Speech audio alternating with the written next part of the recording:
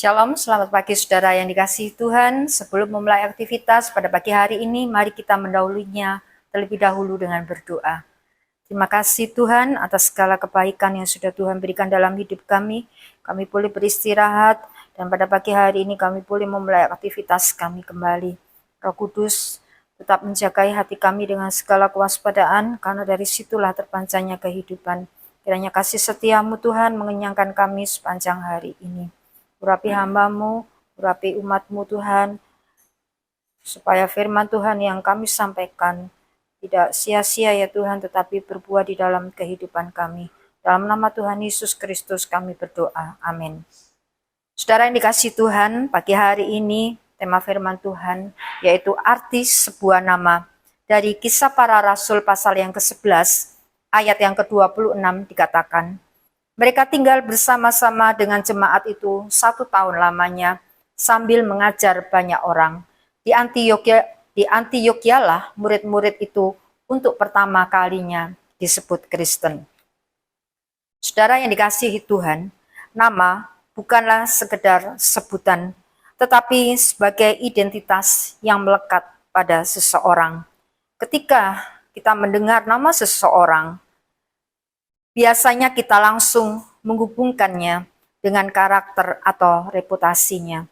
Karena itu, banyak orang berusaha menjaga nama baiknya agar tetap dihormati dan dipercaya.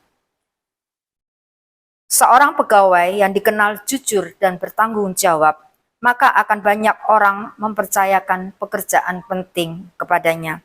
Pegawai itu tentunya menyadari bahwa kepercayaan itu harus dijaga melalui sikap dan tindakannya. Saudara yang dikasihi Tuhan, nama baik yang dimilikinya menjadi pengingat untuk tetap hidup dengan integritas.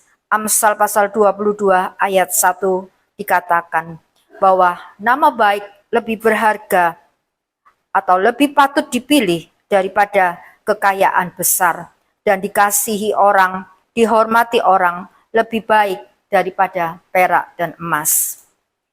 Demikian pula dengan orang percaya. Di dalam Kisah Para Rasul, para murid Yesus pertama kali disebut Kristen di Antiokhia. Sebutan itu menunjukkan bahwa hidup mereka mencerminkan Kristus sebagai orang percaya, sehingga orang lain dapat melihat perbedaan dalam perkataan, sikap, dan perbuatan mereka.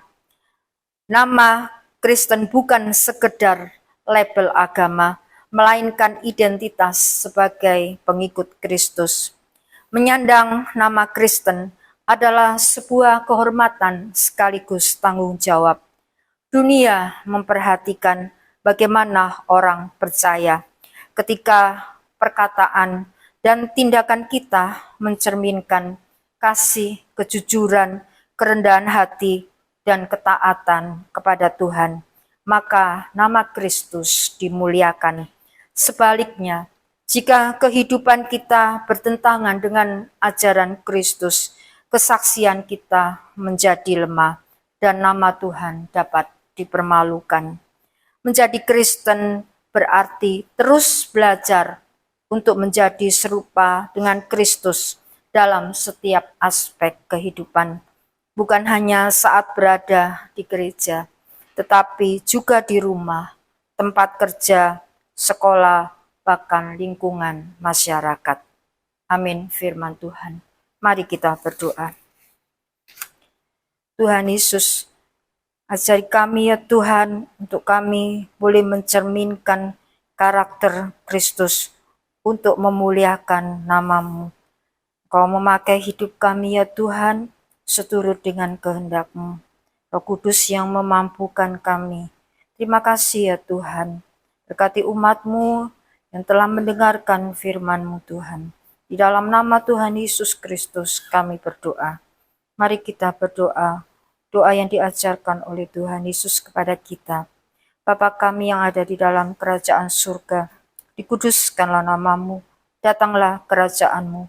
Jadilah kehendak-Mu di bumi seperti di surga. Berikanlah kami pada hari ini makanan kami yang secukupnya, dan ampunilah kesalahan kami, seperti kami juga mengampuni orang yang bersalah kepada kami. Dan janganlah membawa kami ke dalam pencobaan, tetapi lepaskanlah kami daripada yang jahat, karena Engkaulah yang empunya kerajaan dan kuasa dan kemuliaan, sampai selama-lamanya. Amin. Tuhan Yesus memberkati.